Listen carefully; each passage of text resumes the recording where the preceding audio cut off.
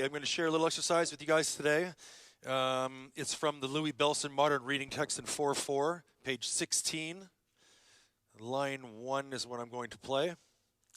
And remember that this is swung eighth notes. So I'm just going to play the line first. 1 and 2 and 3, 4. 1, 2, 3 and 4. And 1, 2, 3 and 4. And 1 and 2 and 3 and 4. And I'm going to go up to the tom and play the same thing with some alternating with my hands.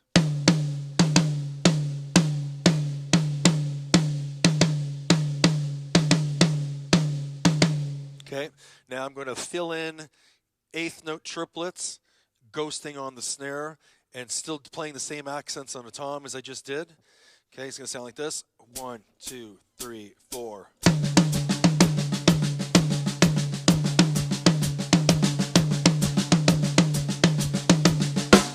So I'm very quiet on my snare drum when I do that. And also keep in mind that when I go from the snare drum to the tom, those are all going to be notes being played away from the snare drum. Because I want to be able to come down and be ready to hit my tom in time, or I will be late if I don't, which will reduce your potential speed for sure. So now on each of those alternating triplets, ghosting on the snare, I'm going to add a double to each hand. So it's going to sound like this. 1, 2, 3, 4.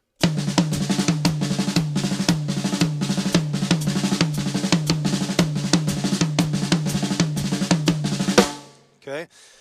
Now, what I'm going to do next is I'm going to keep showing you how I can manipulate the time to fit the music or the speed or the sound that I'm trying to achieve. So I'm going to make those double strokes tighter. And in order to make them tighter, I have to wait longer before I play the double. So I have to pause a little bit, then make the double tight. And if I didn't do that, I would slow down. So I'm trying to keep myself in time. 3, 4.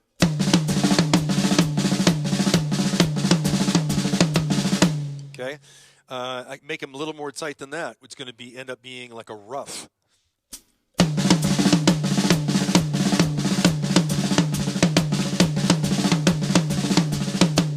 Okay.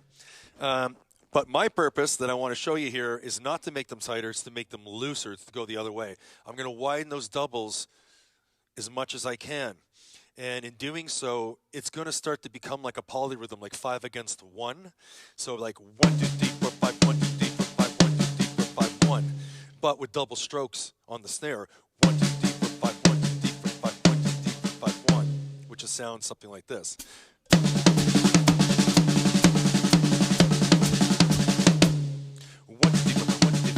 So those are our polyrhythm 5 against 1 on those quarter notes. And even when I'm not playing the full group of 5, I'm still trying to space my doubles as wide as I can to have a consistent feel.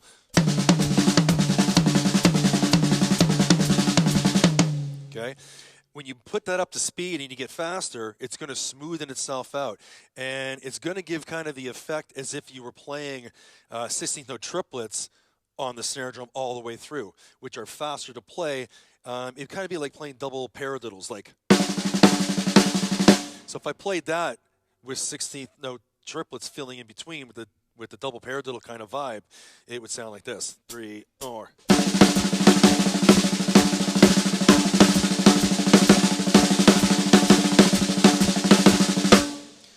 That's a lot of notes, and if you're going up to the crashes and stuff, there's a certain speed where it's just going to be like, it's going to feel impossible. It's very hard to do. So I like to go to the slower double 5 groupings. It allows me to play the melody line, which is what's on the page, at a faster tempo, and they still sound smooth, as if you have that double paradiddle vibe going on. So I'll pick it up to speed a little bit, and first I'll just do one on the tom here. 2, 3, 4.